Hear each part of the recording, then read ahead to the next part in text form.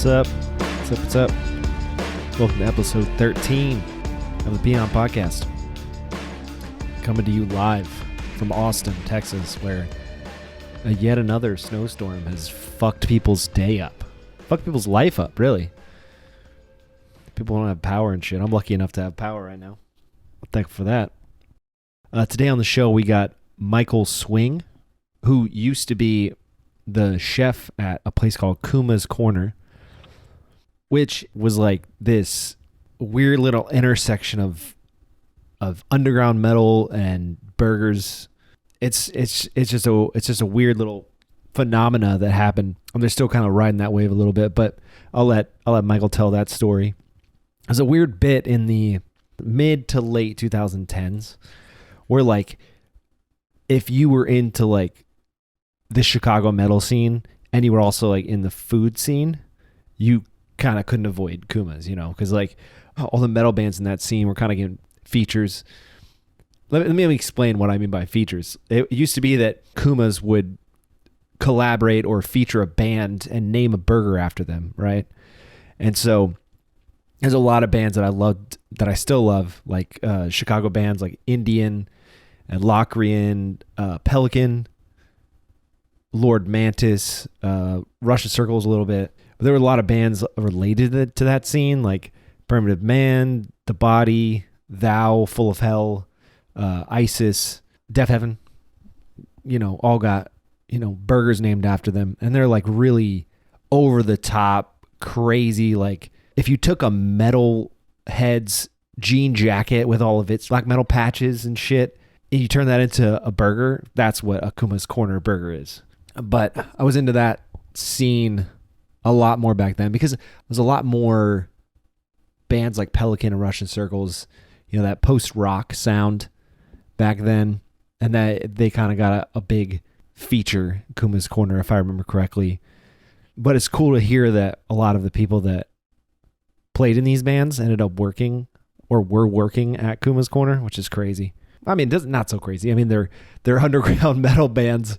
Of course, they're working a shitty underpaid job, of course, man. But if you're into any sort of metal or extreme metal, which I don't know what portion of my audience is, but if you're at least interested in it, bands like Indian and Lord Mantis and Primitive Man, like some of the most harsh, unforgiving, just vile metal you'll ever hear. And it makes sense because, like, coming out of Chicago, it's such like a harsh city.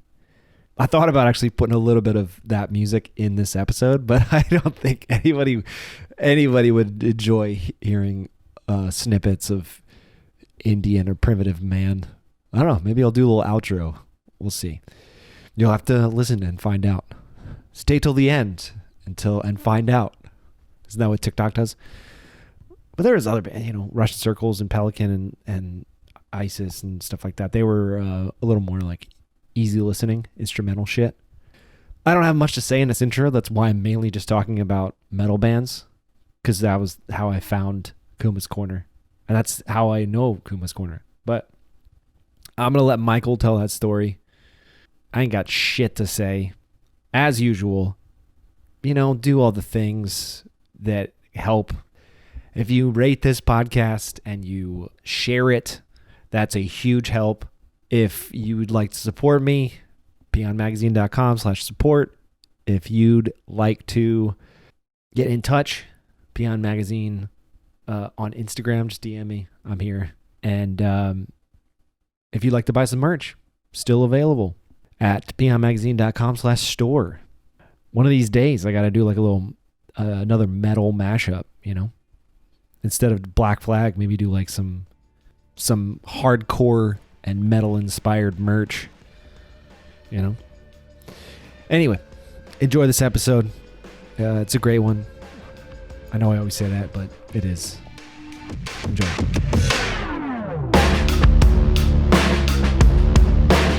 Good, man. How about you? I'm doing all right. All right. Well, I really appreciate you doing this, man. Yeah, absolutely. Can I ask you, how did you come up upon my name, or how did you find me? So I use Instagram mainly because it's just me doing this podcast. So I just try to find like cooks and chefs, people who've been in the industry who look like they got some interesting, stories or shit to say. And Okay. I think I was looking at Kuma's Corner, which is I'm a big metal fan, and I've been following them for years. And then I think it said that you were the chef there at one point. Is that true? Yes. Yeah. Yeah, yeah. Mhm. So that's how I found you, and I was like, damn, this guy looks like he's got some interesting stories. So I figured I'd reach Okay. out. I kind So of figured it yeah, was through Kuma's okay, because yeah. they've been a big hit for a long time. So I kind of assumed that, but Oh, okay. Yeah. cool. Well, I appreciate you just reaching out to some stranger on the internet and Yeah. giving me some time. I appreciate it, man. So how did you start in the industry, man? What was your first industry job? Well, I would say it was back in probably 2009, Okay. 2010, somewhere around there. Okay. I was experimenting with the vegetarian diet for a while, Okay. and Uh-huh. I realized very quickly that I was eating grilled cheeses, quesadillas, and I Yeah, was right. like, "This ain't gonna work." So Yeah. I reached out to a one of maybe two vegetarian-friendly restaurants in Phoenix, Arizona, and Mhm. Is that where you're from? I'm originally from Yuma, Arizona, but yeah, Oh, lived in okay. Okay. Phoenix. Yeah. But yeah, Nice.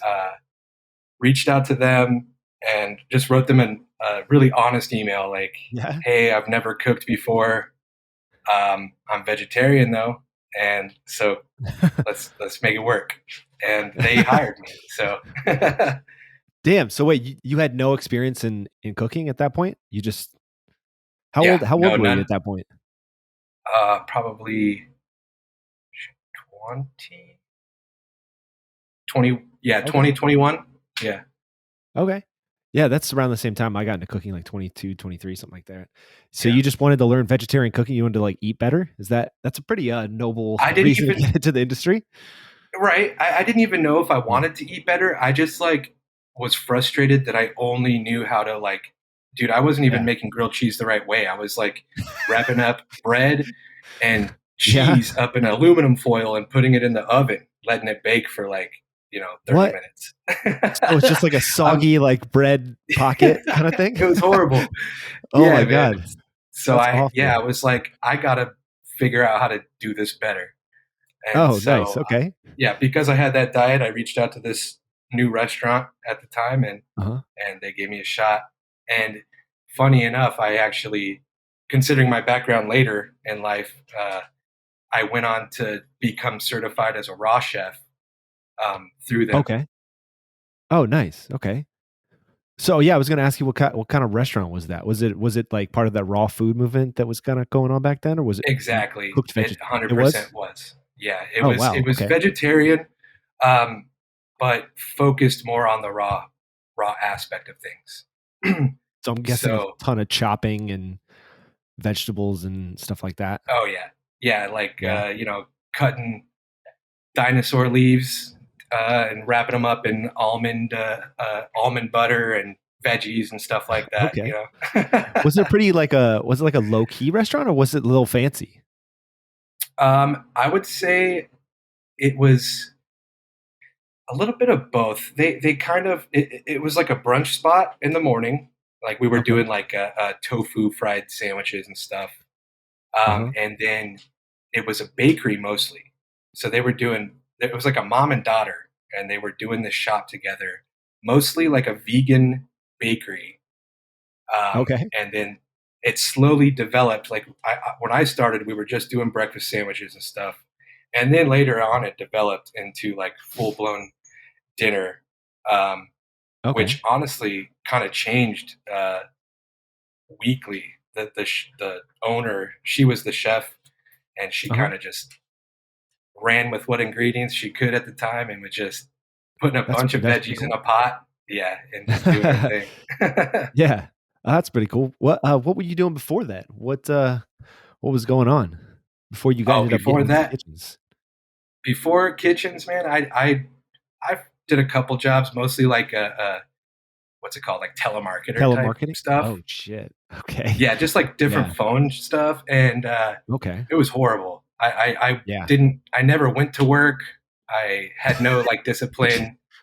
I just Yeah. did whatever the hell I wanted to do. Yeah. I was dabbling in a lot of crazy shit back then too. And it's funny, but the kitchen ended up kind of saving my life at that time. It was a time for discipline that I needed in my life, and it Yeah. definitely got me in that mindset. Did you I know, right? It does it does that to you, right? Yeah, What were you getting into? Was it like was it trouble or like or you just didn't feel like you had any direction? it was a lot of stuff, man. I definitely had a lot of where I grew up was kind of rough, not a lot to do, so I kind of have a Okay. drug background from a Okay. younger age. Um, Uh-huh. battled that for a long time, you know, Yeah, man. and by the time I don't know, probably around the time cooking came to be in my life is about when I finally kind of put that shit away.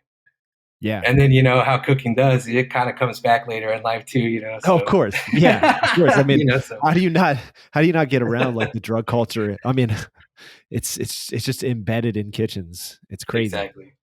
Yeah. Did you end up enjoying that enjoying that job, or did you find it kick your ass a little bit? Or It was different. So it was a new restaurant. It was just a mom and daughter owned shop, and they didn't exactly know the direction. In my opinion, at the time, they didn't really have a direction, and so it was kind of chaotic. okay, It was constant chaos. You know, damn, come in and here's the board for prep, and one day it'll be just a couple things, and then the next day it's like the whole kitchen. And shit. you know, I was just learning, so I didn't realize that we could have just prepped that the day before, like, you know, set ourselves Yeah, up, you know. But exactly. Yeah. so it was so chaotic, and I was so green. But man, yeah, it was a lot of chaos for sure. Did you end up staying there quite a while, or did you try to escape the chaos? I probably stayed there for a year, and then they fired me Oh shit. Okay. under no like there was no reason. They had brought in these other two cooks who came from like it was some kind of they came from like a Chili's or something. I'm not. It was stupid, but they came from like a Chili's, and they you know they had their knife kit and their wore their Yeah. hat and you know the They had the coat and chef all coat. that. Yeah. They had the Yeah. coat, you know. I wore it later in life, but at the time I was like these fucking dorks, you know. But yeah, so they came in and they were doing their thing, cooking up seitan Philly cheesesteaks and whatnot, and then. Okay. Yeah, they fired me. They said, "Hey, we're going to let this team control the kitchen." And I swear, 2 weeks later, they called me up and were like, "Hey, it didn't really work out with them. Like, can you come back?" So I Oh went my back. god, dude. Yeah, I Yeah. went back for probably another few months. They gave me the keys, and I started doing some early morning prep work. You know, coming in, starting the Okay. soups in the morning and the Uh-huh. beans or whatever at the time. And around that time, I don't know. After a few months, I kind of just started dicking around, and I definitely like called out a time or two. And when you got a small operation of one or two people, kind of screwed Yeah, them over. for sure. You know, Yeah. Yeah. Each person like matters. Yeah. exactly. So we kind of eventually came to a mutual decision that I was going to take off, and I started to dabble in front of house after that. Oh, really? Why did you do that? You just wanted to make some more money or All my friends were making way more money doing yeah, less. of course. You know. You get paid way less to do more in kitchens for sure. Did you go Yeah. with a bartender or server job? I went to this restaurant called Cornish Pasty, which they got a ton of locations now all over. It's Okay. an amazing restaurant. It's kind of like Kuma's actually for hot Okay. pockets. But Okay. All so right. I went there and I started dishwashing, just straight up, you know, start at the bottom Yeah. type thing. And I had Uh-huh. the cooking background, so they asked me, they're like, "Hey, do you want to help us chop up some meat and throw it in a grinder for these pasties or what?"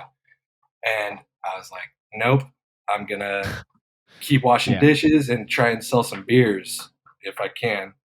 And Yeah. I mostly just dishwashed and food ran. Uh-huh. Eventually got the food runner, and then they let me serve like for a couple weeks.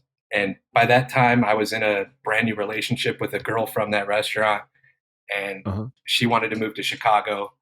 So I kind of like, I was like, well, screw it, I'll give up on this because I wanted to focus on my raw food stuff, that the certification that I got. Oh, So okay. I wanted to cook again. You wanted to go down that path of like raw food and stuff like that. Exactly. Yeah, Okay. I dabbled with the dishwashing in front of house, and it was chaotic and fun. But I wanted to pursue that certificate or whatever that I had. Uh-huh. So there was this restaurant in Chicago called Karen's Raw, and Okay. my girlfriend at the time wanted to move to Chicago, so she's like, "Let's go." I got an apartment for like $100 a month, living with like 10 people or some shit. And I was like, Yeah, right. "Fuck it!" Threw some clothes in a backpack and was gonna go work for Karen, or so I thought. Yeah. So you didn't end up at that place? No, well, I went there to Chicago, and yeah, I filled out a application, sent them a resume, Mhm. tried to talk to some people, but I was new to the city and I needed to find a job kind of ASAP. So I just Yeah. throwing resumes everywhere I could. Yeah. And yeah, it didn't. Where did you end up? That was about 2 weeks after living in Chicago. I got the call from Kuma's Corner in Chicago. Dang. So right away, huh? Yeah, absolutely, right away. So had they just started right back then? Because I don't even know how long they've been around. No, so they opened up in like 2005, and they were like a Okay. bistro Wow. for a couple years before the Really? whole burger thing caught on. Wait, so like French bistro, that kind of thing? Yeah, hmm Wow. Okay. yeah. I don't know much about it. I wasn't around during that time, but that's Yeah. what they started as. And one of the regulars in the neighborhood who's still around and will tell you the story, Really? some old dude, he talked the owner into making some burger with pulled pork on it. Uh-huh. He always was like, "Put on Led Zeppelin while I eat my burger." And Okay. All some right. point, he decided that he's got this burger, Led Zeppelin for the regular, and then it kind of just picked up and went from there. And by the time I got there, it was 2011, so it was Uh-huh. a couple years into the burger craze. But dude, Oh yeah.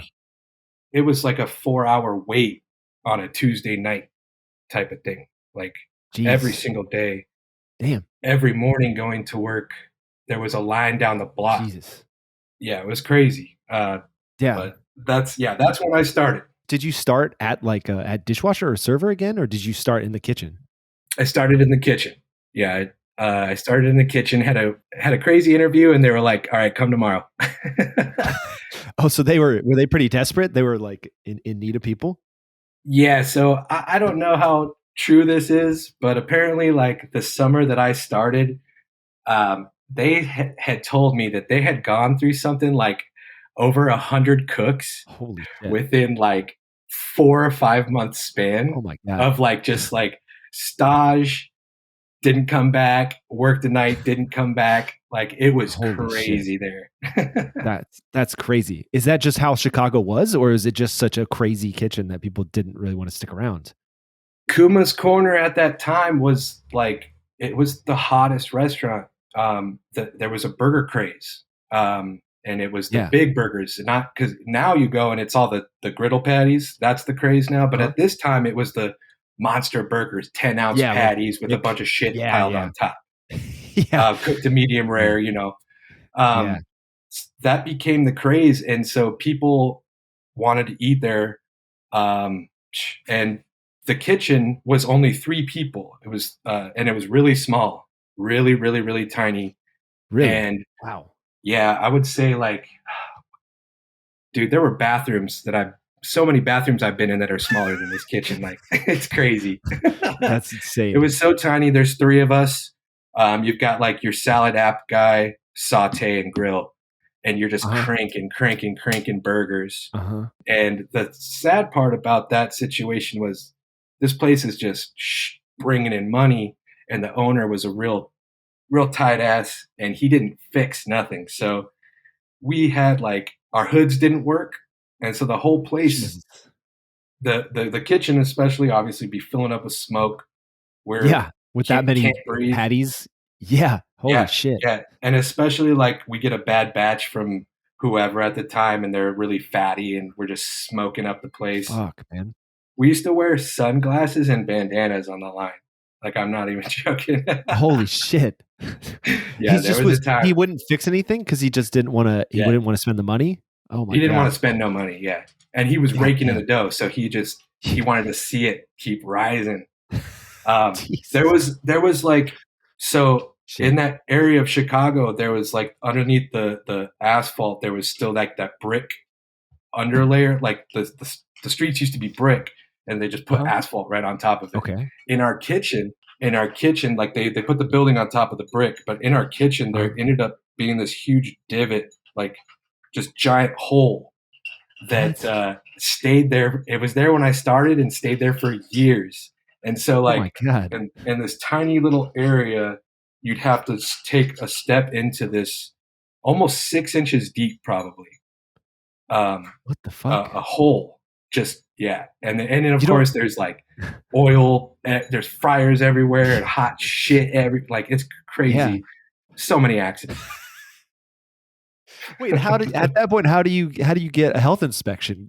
Like, do you just cover up the hole when the health inspector comes in, or like, what? How does that? I don't understand. I don't know how much I can divulge, but yeah, you don't have to. That's insane. There's a lot of money. Yeah, there's a lot of money going to the right hands during that time. Yeah, and it's Chicago, so you know the history of how things work out there. I'm sure, and it's just that's insane. Throw a couple bucks to the fire guy, and he's like, all right, you can have 150 people in this room, no problem. There could be smoke insane. Filling up. It's all good. Yeah. Yeah, the customers don't care. They just want their food too. Damn, that's insane. Do you know how that hole happened? No, I don't actually. I never asked. They just, what they did, it's funny. They would just like pile up. They would get wet cardboard from downstairs in the basement. Oh my God. Get wet cardboard and kind of fill the hole each day. And then the mole men or porters, whatever you want to call them, they would come up, and each night that would be part of their duties, was to like get rid of this nasty grease filled like paper mache thing that built like in this hole. Holy shit. Oh my God. That's crazy. I mean, I used to work on trailers and stuff. We do the same sort of thing, like lay down boxes and stuff, and they'd be covered in grease and black, ooze by the end of the night and stuff. But nothing. I don't think as bad as that's pretty gnarly, man. Yeah. Yeah, and it was years. Yeah, it's crazy. That's insane. What were you saying about I was saying the customers don't really. They don't seem to care. But you were saying something. Yeah, the customers really didn't care. It was part of the appeal. It was crazy. Like, yeah, right. I remember that at one point they had a list of rules, and the rules were like, it was so lame. It would be like, no bitching, and like, for customers, don't ask for ketchup, and like, or not ketchup. Sorry, no ranch. Oh yeah, okay. And part of the appeal was that it was smoky. It was the waitresses and the bartenders, who were only allowed to be women, would they would be rude to you. They would like what you can't change the ingredients on the burger, bro. That's like, they would just, there was no like customer service, or they didn't cater to them in any type of way. Okay. And they loved it. They ate it up.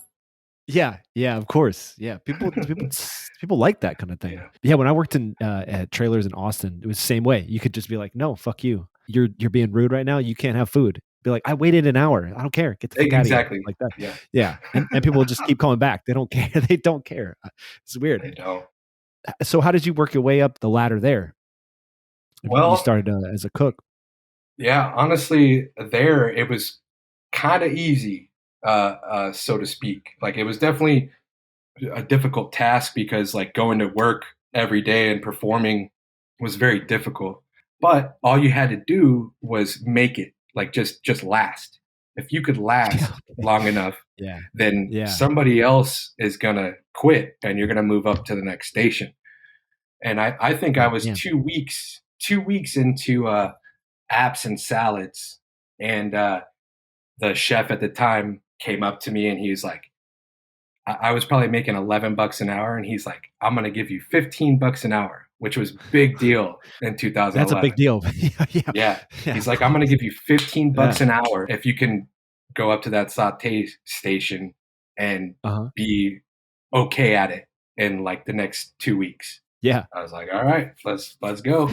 And then yeah, so it was just a couple weeks, and then he offered me saute because somebody quit, and then so on and so forth. It just kept happening till I got on grill, and yeah, just kind of ate through the ranks, and it, like I said, just lasting. Damn. And at that time too, there was a lot of just like culinary students and things that were Okay.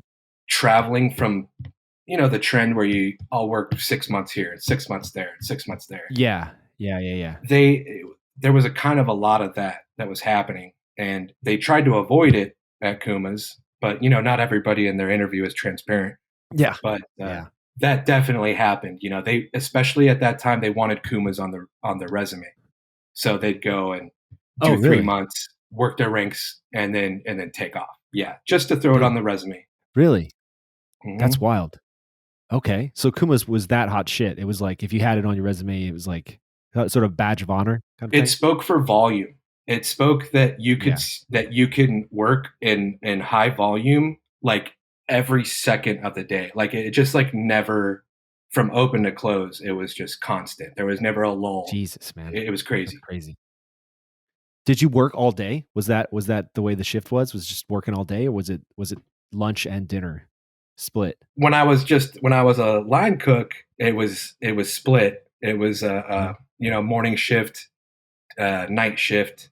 I take that back because it was a 24-hour ran thing. So there was like prep cooks that came in at like literally like midnight, 2 a.m. God damn. Yeah, kind of staggered the schedule in order to accommodate to the prep. And then by, I think it was like 10 a.m., yeah, morning cooks come in, and then their last hour of work was just prepping, not even prepping, it was bringing stuff to the line because we had Okay. a basement. We'd have to go down these really steep stairs, so dangerous.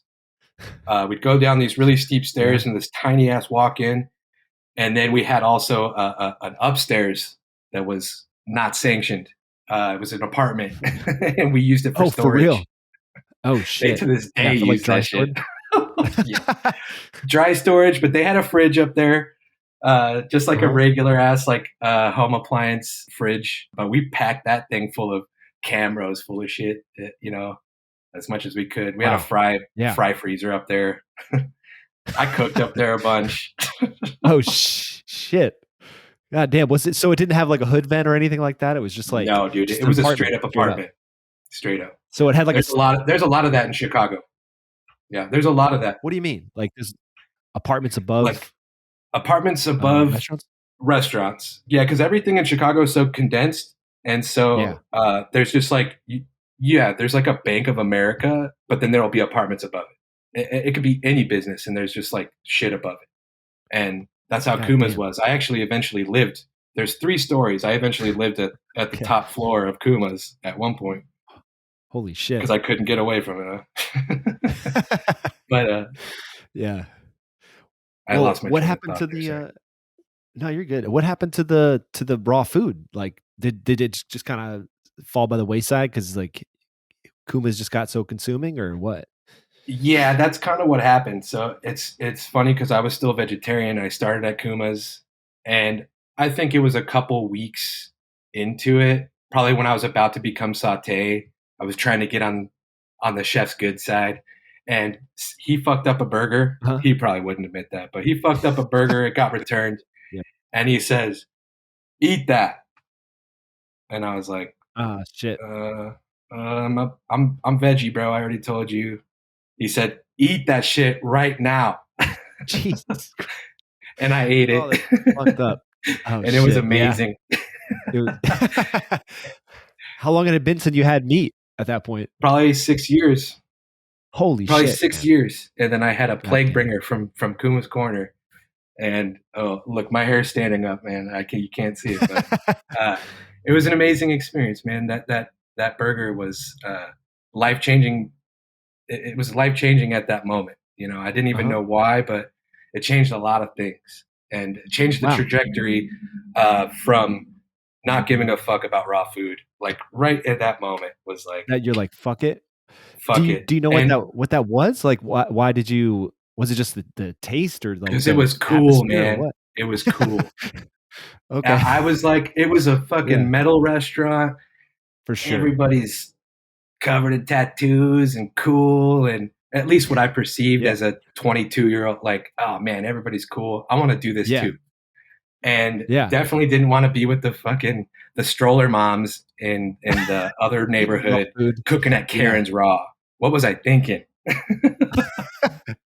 And that whole Yeah. fad died anyways, so I'm really Oh, it thankful died that super fast. Yeah. yeah, I'm thankful that I Yeah. didn't go that route Mhm. because yeah, I stayed with Kumas for a long time and got experienced a lot of shit there. So Damn, yeah, so I was gonna ask you, how do you think you made it so long if it was such a rough place, but it sounds like you, had sort of a change in direction, sort of an existential change there. because Kumas, like I definitely learned. I told you about the discipline that I learned Yeah. from the other restaurant, And when I got to Kumas, it was a lot more militant and Really? like yeah, we went by what was called Kuma's time. And so if you were supposed to be there at 11 a.m., your truly Uh-huh. scheduled time was 10:45.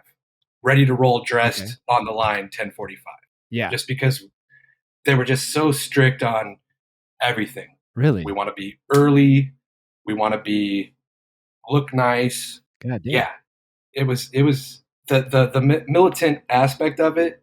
I kind of despise now in hindsight, but it gave me as a young person just something to strive for. Like, oh shit, these guys are cool, and this is what they're doing. Okay, I want to be the Yeah. best. I want to be the Yeah. best at Right. this thing. And so yeah, that meant coming to work early and staying late, and you know, Yeah. uh, when people call off, showing up for their shift. Yeah. Just whatever you could do. And then also it was a badge of honor to say like, oh, I did 3 shifts in one day. Like Yeah. Yeah, not even, right. you just I suffered the most this week. Yeah, yeah, that kinda yeah, thing. Yeah, for sure. a lot of pride with That that. was definitely a mentality. Yeah. Yeah, that's wild. Not happy I about wouldn't that now. expect him to be that. Of course, yeah, yeah. I mean, I remember doing the same kinda stuff when I was younger, and it's easy to do when you're younger because you have that kind of mentality, but, I didn't expect it to be that militant. It always seemed to me like such a casual place, but you say you don't appreciate it now. Because it kind of like, just take over your life or what sort of gave you Well, some different perspective on it?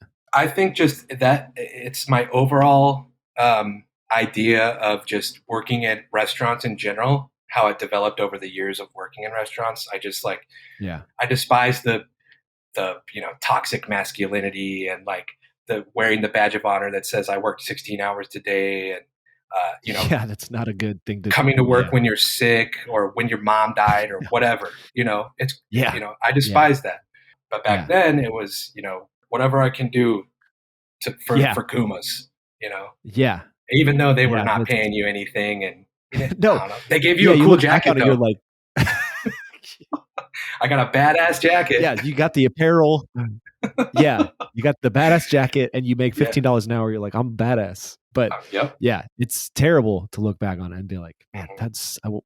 And also health-wise, I mean, sure shit, you fucking, like, inhaling all that shit, probably didn't have healthcare, and they're just No. working you the bone. Yeah, totally, man. I totally get it. It's amazing how different it seems after the pandemic. The pandemic seems to have changed a lot in that way, especially like people on the line seem to appreciate or sort of despise that kind of culture now. So, and hopefully I think restaurants are kind of waking up to it. I don't know. Yeah, you hear it. You hear some restaurants doing good things. Some. I see Yeah. some half of my friends saying, "Oh, this is the best restaurant I've worked at," and then you've Yeah. got other friends that are saying, "Oh, we're back at square one." You know, Yeah. Yeah, for sure. Yeah. So how long did you stay at Kuma's? Kuma's. I had 2 stints there, but my first one, 2011 to 2016, I believe. Yeah, it was about a Damn. 5-year run where the Okay. last year and a half, 2 years was as executive chef. Hmm. Yeah, yeah, about 6 years, five to 6 years or so. Yeah. how did you get that chef job? Is it just the same thing? Like the guy just ended up leaving and you're like the next in line or something? Yeah, it sort of, because basically it's funny because the way that it worked there is that girls worked, they were servers and they were bartenders. Guys did Yeah. everything else, including upper management, like GM. So Oh shit. the So there was no GM, female GMs or assistant. no It female just leadership. okay. No. God damn. Okay. Yeah. And that was intentional, very intentional. Oh shit. Okay. But so upper management, like GM, was always we had one for a really long time, and then he got fired for whatever reason, Mhm. and then so our chef at the time moved up to GM, and then that kept happening. That rotated. Like the GM would leave, head chef would step up into the GM position, Okay. and that happened 2 or 3 times to the point where I finally wiggled my way up to that exec position. Yeah. So you ended up making the food, or was that somebody else's? Or sorry, making like the burgers and the specials and stuff, or creating the menu, Yeah, or is that so already like rolling at that point? there's definitely like a consistent menu that stays Yeah. like every day, from old recipes Yeah. from way back when. But then each month, the chef was required to create like a burger of the month. Yeah. Generally, you'd like contact the band that you wanted to do it on, and you'd kind of like try to collab and whatnot. So I Uh-huh. did the burgers of the month for quite some time. And then once the fad of Kuma started dying, we had to develop other things. So we had like a Mac of the month.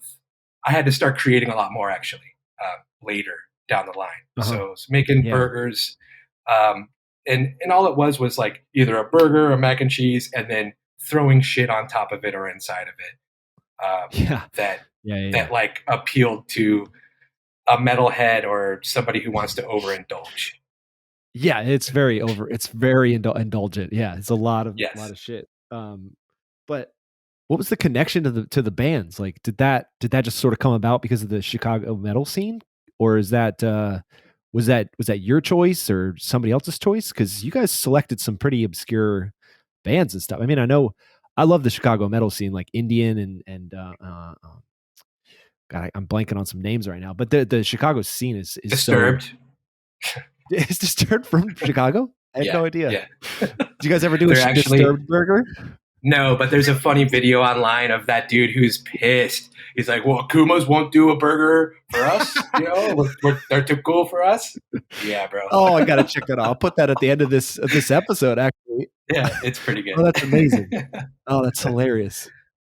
But there's a lot of good Chicago bands, and honestly, back then, a lot of those dudes were working part time.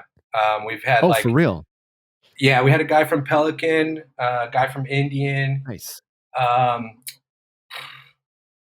one of our dudes had a pretty big band in like the '90s.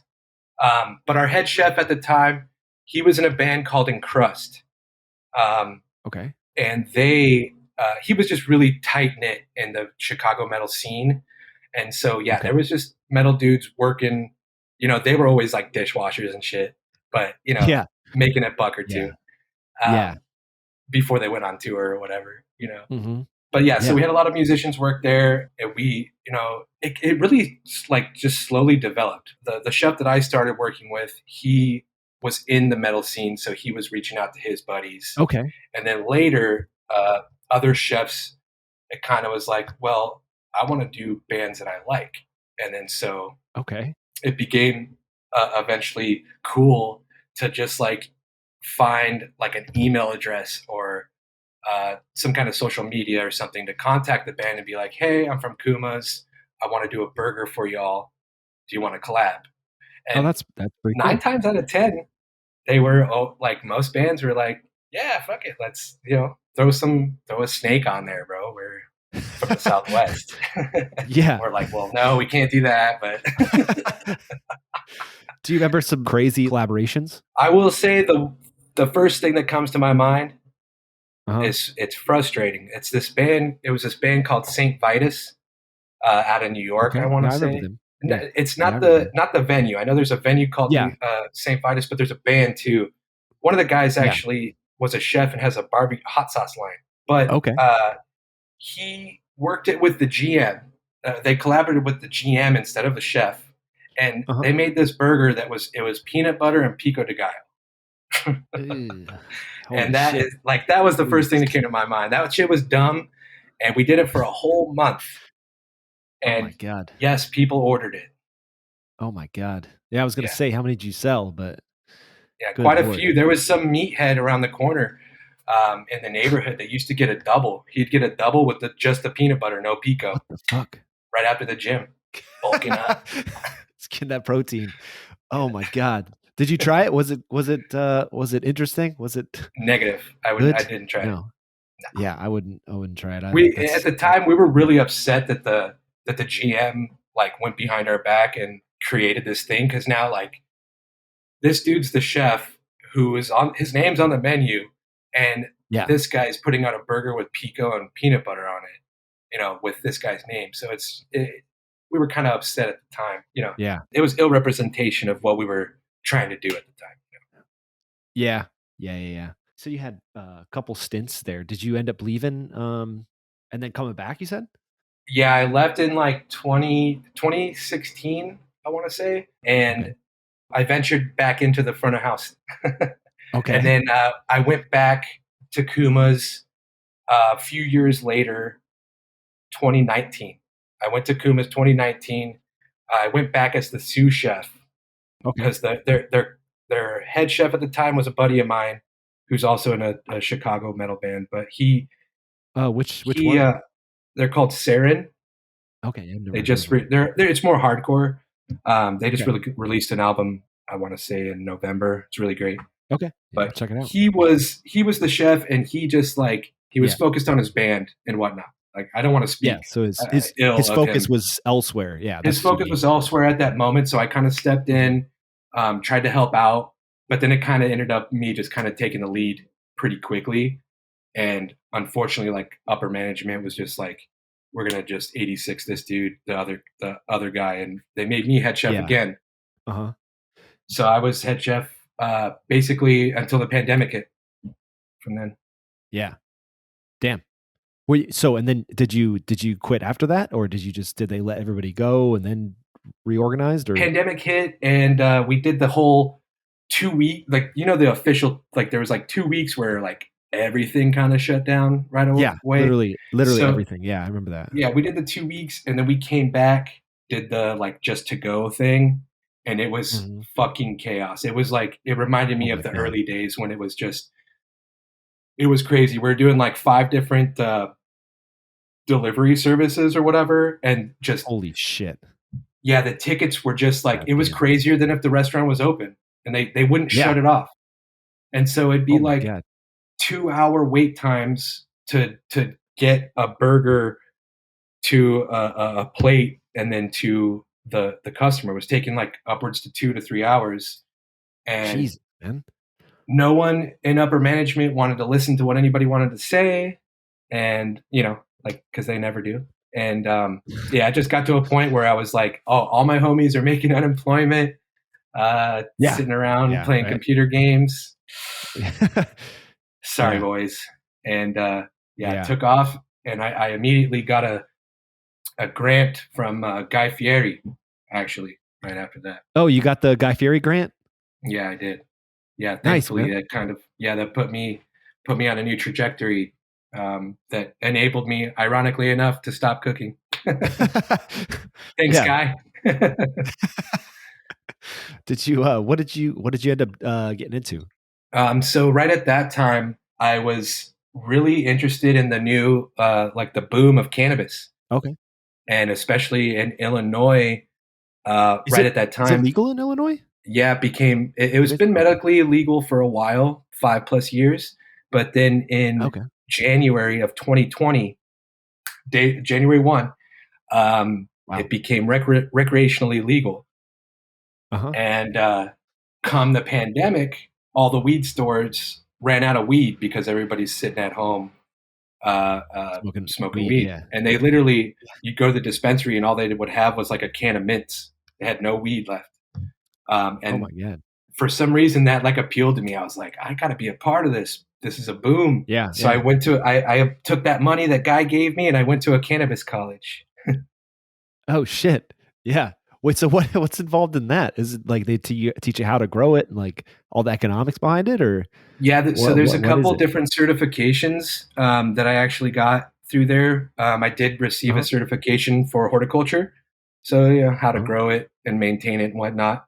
But then what I really got into was the science aspect. There's not a whole lot of science on it, but the little bit that we do have, like understanding how cannabis affects us, how they affect us each differently, and why, what products work, what ways, and whatnot. Yeah, So that's really interesting. yeah, essentially Yeah, became yeah. like a glorified bud tender, if you will, or whatever. Okay. But working for a really reputable place that focused on like actual cannabis science as opposed to like marketing or just Yeah. Yeah, shoving yeah. whatever down people's throats. Okay, so that's what you're doing now. No, actually, I just pivoted again. Oh shit. Okay. I yeah, I'm trying to find the big boy job because with the cannabis Yeah. thing, I came out to Los Angeles. I moved to Los Angeles couple years Mhm. ago, and it was going great. And I was doing cannabis education, so I was actually like training a team, all this stuff that I learned at that college and whatnot. Uh-huh. And Yeah. something happened. Somebody forgot to lock a door, and it happened on my watch. And Oh 86, shit. boom, cut me off. Oh Yeah. damn, man.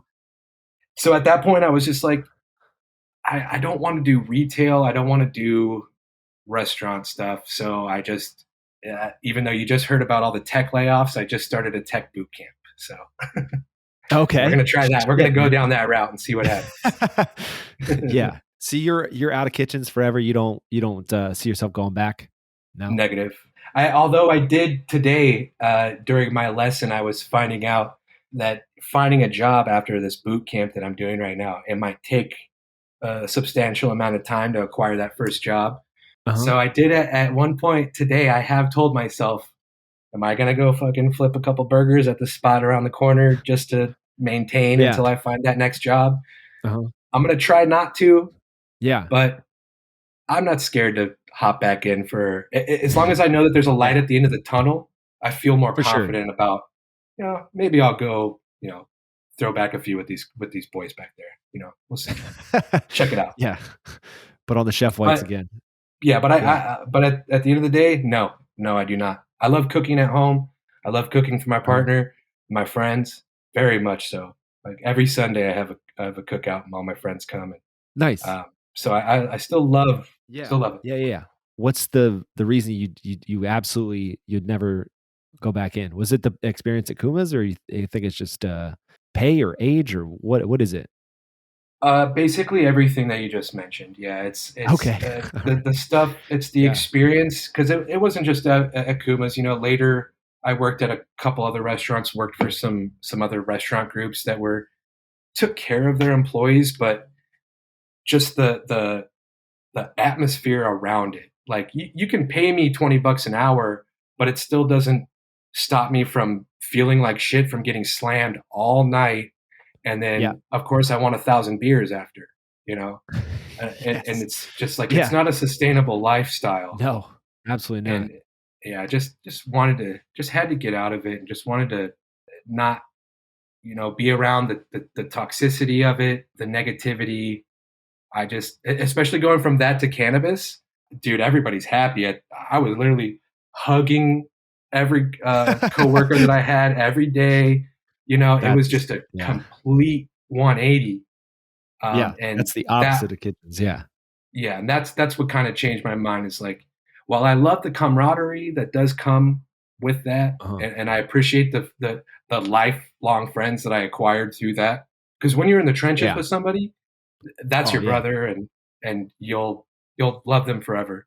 I'm thankful for all that, but the other stuff involved, especially with like higher ups, higher management, owners, they Yeah. just don't give a fuck about you. No, no, It's they sad. don't. Yeah, yeah, yeah. So you couldn't see yourself opening a spot and trying to change the game a little bit?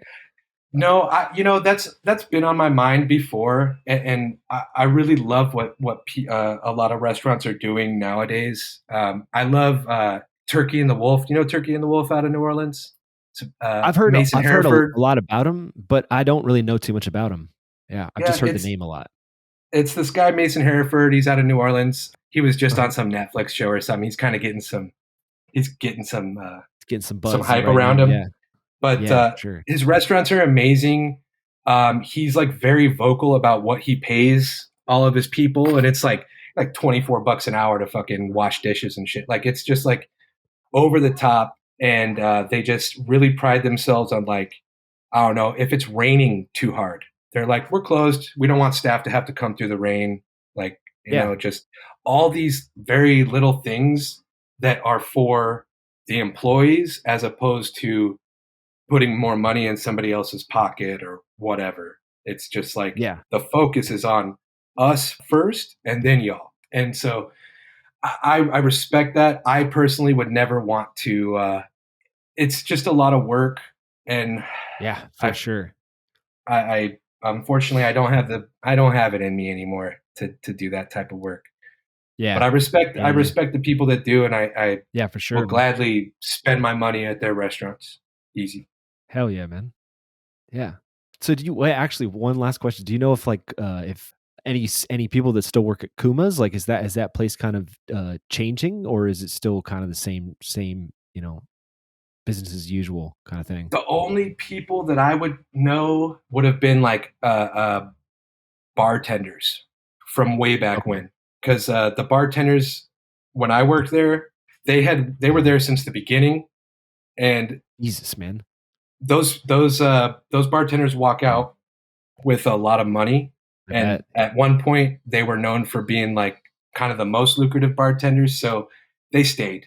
And if anybody is still there, it's probably one or two of those people. But there's definitely no cooks or anything related to anybody that I was around at that time. It's been Damn. far. It's as soon as they started first they sold ownership. Ownership. The owner sold it to his brother, who was an accountant, and Okay. he started expanding too quickly. Really bad ideas. Knows nothing about metal or like the culture that Kuma's provided for 10 years before him. Yeah, Just yeah, yeah, yeah. he just ran it into the. He would have eventually did a disturbed burger. That's where he was at. Oh shit. So, Okay. God damn. so Wait. So did it transfer back or something, or is he still in charge? yeah, no, it's still the brother. Yeah. There was one point where he sold. It's kind of franchised, so there is a franchise space in Indianapolis. That was the original chef that I started under. He was kind of given like a piece because he was like around the company for so long. He was given a Damn. piece before the original owner left. He opened up Indianapolis, but eventually, especially after the pandemic, the the owner, the accountant brother, he's like super cop supporter and all this bullshit. So everybody Uh-huh. linked, just broke ties and was like, "We're done. No more Kumas." Damn. Yeah, Damn. it's sort of it's sad it bit the bucket though. Damn. Well, it had a good run, I guess. Like Yeah, right. you can always And remember the whole. Yeah. I don't doubt if you go there. I don't want to talk shit because I'm sure if you go there and the barbecue pork fries, I'm sure that they're still just as amazing. But just the Yeah. Yeah. people that Yeah. are behind it, the people at the top, no Yeah. bueno, not good. Damn. Is that why have they sort of lost the ties with a lot of bands or something, or do they still do a lot of like support of local bands and stuff? I actually From don't what I actually don't know. noticed, there does Uh huh. seem to be like not very much like outreach to bands. But I think it's Uh because huh. the people that actually gave a shit about metal, who were like about the Kuma culture, they all They're just all like gone. left, and so Damn. I don't know who the new generation of cooks are or what their like dedication to metal or whatever is. Yeah. But Yeah. Yeah. Yeah. it's a lot different than what we were all doing, and from 2010 to 17 or so, 16. Yeah. Yeah. Yeah. Yeah. All right, man. Well, thanks, man. I appreciate you talking again. Yeah, Um, yeah, man. Thank you. thank you. Good luck with everything. Good luck with the tech search. It's not easy. You spend like 10, 15 years in kitchens, and then you try to get a new job, and people are like, "Well, you don't have experience in in In anything else." anything. Kind of, Yeah, it's I know that. crazy. But That's why I'm doing the boot camp thing. yeah, what I kind of find strange is that like probably because they don't know, but like being in kitchens, it requires so much fucking effort and a lot of skill and a lot of like dedication and hard work, and you learn things really quickly. So maybe they just don't know that that's sort of an asset, but you know, it's hard to explain that to somebody. Yeah, All you need to get is your foot in that door, though. Once you get your foot in exactly, the for door sure. and you apply the Yeah, skills that you acquired in the kitchen exactly, to whatever that new employment is, you rise to the top. for sure.